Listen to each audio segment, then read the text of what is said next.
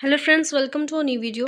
इससे पहले वाले वीडियो में मैंने द हाफ ये सॉरी आवर कैजुलना ट्री का एमसीक्यू क्वेश्चन करवाया है 10 इंपॉर्टेंट, जहां से आप इंपॉर्टेंट क्वेश्चन एमसीक्यू ही कर सकते हो। इस क्वेश्चन में मैं आपको इस वीडियो में आपको लॉन्ग क्वेश्चन बताऊंगी जो आपके 5 मार्क्स में या 15 मार्क्स से पूछ सकते हैं। ठीक है, यहाँ पे लिखो answer the following question in paragraph of 100 to 150 words. 100 से 150 शब्दों में आपको यहाँ पे आंसर करना है। तो आपको तभी आप आंसर कर पाओगे। ओवरऑल तो मैं समझाऊंगी जिससे आप समझ लो, और कुछ कुछ जो पॉइंट है, जो सेंटेंसेस है, जो लिखने चाहिए आपको वो नोट कर लो। लेकिन आपको तभी समझ में आएगा जब आप पोएम पूरा देखोगे। ठीक है, देखो क्या लिखा, describe the reminiscence of the poet when she sees the casuarina tree. मतलब कि वो कैसा फील करती हैं जब वो कैजुलर ट्री को देखती हैं। तो बता दूं कि ये और कैजुलर ट्री से एक क्वेश्चन है जिसके पोएट हैं तुरुदत्त। इसका थीम है क्वेश्चन का, वो आपको यहाँ पे लिखा हुआ है। देखो यहाँ से आपका आंसर शुरू होता है। The casuarina tree is tall and strong with a creeper winding around it like a python. Python मतलब कि एक अजगर की तरह लपटे हुए है उस पेड़ को, उस पेड़ का जो बेल है, जो क्रीपर है। ठीक है, the tree stands like a giant with a colourful scarf of flowers. इतना आपको लिखना पड़ेगा, है ना। ये आप लाइन है जो नोट कर लो, इसको आप हर क्वेश्चन में ऐड करना। Birds surrounding to the garden during daytime. The sweet song of the birds is heard at night. The poet is delighted to see the casino tree through her casement. मतलब क्या कि अपने window के पास से वो देखती है उस ट्री को हमेशा। The poet spends her winter watching the बबून sitting on top of the tree, है ना। मतलब क्या कि वो जो है सो अपने विंटर को इसी तरीके से बिताती है। इट्स ऑफ स्प्रिंग मतलब इसके जो बच्चे हैं, लिप्स एंड प्ले मतलब कि उछलते कूदते हैं among the boss of the tree. मतलब कि पेड़ की टहनियों पर जो उछलते कूदते मस्ती करते हैं। The cows are grazing and the water lilies are springing in the pond. The casuarina tree is dear to the poet's heart, not only for the its impressive appearance but also for bringing the nostalgic memories। तो सिर्फ इसकी खूबसूरती के लिए ही नहीं तो दत्त के करीब है, बल्कि इनसे बहुत सारी यादें जुड़ी हुई हैं उनकी, जिसकी वजह से वो ये जो पेड़ है उनके दिल के करीब है। जो उन्होंने अपने बचपन में बचपन के वक्त, बचपन के कुछ पल जो है सो अपने भाई बहनों के साथ इस पेड़ के नीचे बिताया है। The poetess could communicate with the tree even when she was in a far off land।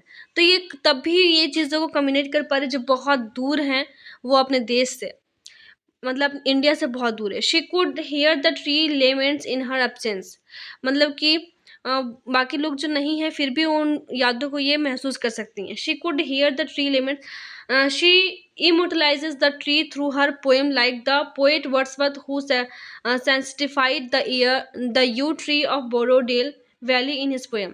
तो ये जो तोरुदत्त है ये भी चाहते हैं कि जिस तरीके से विलियम वर्ड्सवर्थ ने अपने यू ट्रीज के पोयम में वो बोरोडेल जो ट्री है उसको जो है सो मशहूर कर दिया था, बोल सकते हैं क्या कि अमर कर दिया था, कि हर लोग जो है सो उस ट्री को जानते हैं, अभी तक याद करते हैं। वैसा भी तोरुदत्त चाहती हैं कि अपने पोएम के थ्रू इस ट्री को ये अमर कर दें। She expresses her wish that the tree should be remembered out of love and not just because it cannot be forgotten। तो जब भी लोग इसको याद करें तो वो लोग जो है सो अपने अपने बिताए हुए पल को याद करें, मतलब कि लव को याद करें, और जो है सो ये भुलाया ना जा सके। तो ये आपका पूरा इस तरीके से आपको लिखना है। अब देखो how does nature communicate with the poet. तो नेचर किस तरीके से पोएट से कम्युनिकेट करता है। तो यहाँ पे क्या लिखा हुआ, the casuarina tree is dear to poetess heart not only for its impressive appearance but also for the nostalgic memories of her happy childhood that it brings to her, है ना। यहाँ तक समझ में आ गया होगा। She strongly believe that nature communicate with human beings. और वो जो है सो स्ट्रांगली फील करती है, इसके अंदर से फीलिंग आता है कि नेचर जो सब जो प्रकृति है वो ह्यूमन बींग से बहुत अच्छे से रिलेट करता है। The poet could communicate with the tree even when she was in a far off land as she could hear the tree lamenting over her absence। तो बहुत दूर है अपने देश से फिर भी ये जो ट्री को वो कम्युनिकेट कर पा रही है और महसूस कर पा रही है। The poet consecrates the tree's memory to her loved ones who are not alive. जो जिंदा नहीं है उनके बारे में भी जो है सो ये ट्री उनको याद दिलाता है। सी इमोटलाइजेज the tree through her poem like the poet Wordsworth who you tree of बोरोडेल। मतलब कि वही बात है यहाँ फिर से, valley in the his poem. C expresses her wish that the tree should be remembered out of love and not just because it can not be forgotten.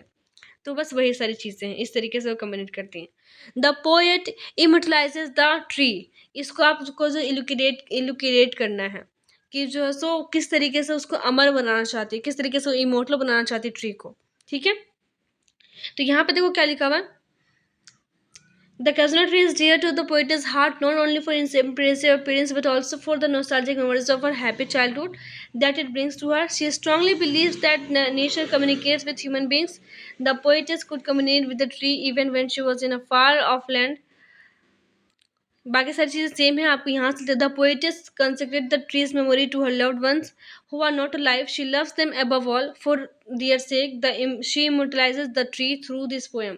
तो वो उन लोगों से, अपने बचपन के साथियों से, मतलब कंपेनियन से बहुत ज़्यादा ही प्यार करती हैं, प्यार करती थी, जिसकी वजह से वो जो है सो इस ट्री के थ्रू इस पोएम में लिखती हैं। और जब वो भी मर जाएंगी तो फिर भी ये जो ट्री है ये अमर रहेगा, और ये ट्री जो है सो हमेशा याद किया जाएगा, और हमेशा जो है सो लोगों के दिलों में रहेगा। इस तरीके से वो इमोर्टल करना चाहती हैं थ्रू द पोएम। इस तरीके से वर्ड्सवर्थ भी जो है सो अपने पोएम में यू ट्री के थ्रू बोरोडेल वैली को अपने पोएम में एक्सप्रेस किए थे। She express her wish that the tree should be remembered out of love and not just because it can not be forgotten. ठीक है, आई होप कि कुछ समझ में आया होगा। आज ही मैं सारे चैप्टर्स के सोच रही हूँ कि सारा क्वेश्चन जो है आपको करवा दूँ, ताकि आप कर लो अच्छे तरीके से। ठीक है, तो बाकी भी जो चैप्टर बचा हुआ, the harp of India, the soul's prayer, summer in Calcutta, ये सब जाके आप प्लेलिस्ट में देख सकते हो, सारा अपलोड है। ठीक है, थैंक यू।